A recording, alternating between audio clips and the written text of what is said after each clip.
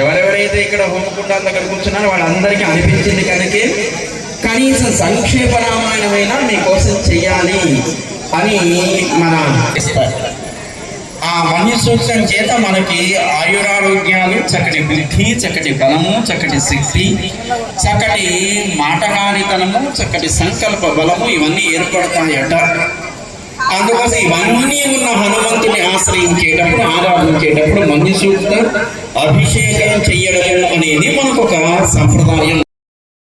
చక్కగా సేవించండి.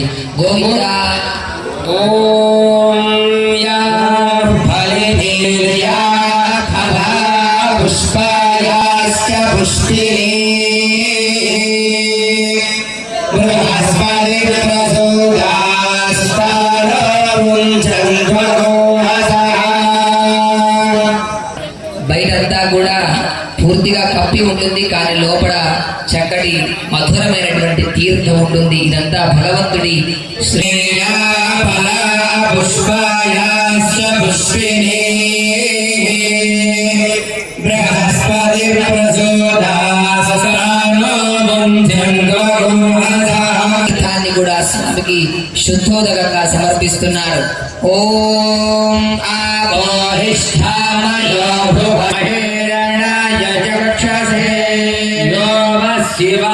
చేసి కూర్చోండి. ఆ స్క్రీన్ జై శ్రీమన్నారాయణ. ఇప్పుడు కార్యక్రమాన్ని ప్రారంభించుకుంటున్నాం. అందరూ కూడా ఆచమనాన్ని చేపించారు స్వాములు. అక్షతలను ఇచ్చారు. వాటిని ఎడమ చేతిలో వేసుకొని కుడి చేతు గోర్లించి ముంచి మీ కుడి మోకాలపై పెట్టి ఈ రామాయణ హవన మన్యసూక్త హవన సంకల్పాన్ని గట్టిగా చెప్పండి. ఓం పూర్వోక్త భగవతః దేవదేవోత్తమస్య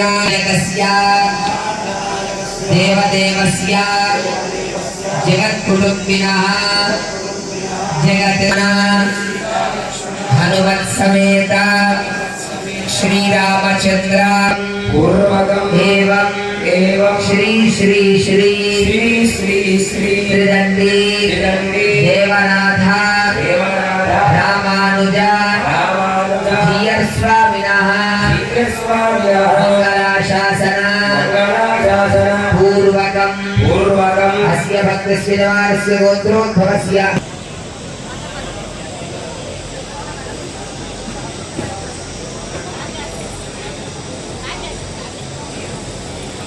ఈరోజు విశేషించి రామాయణ హవనాన్ని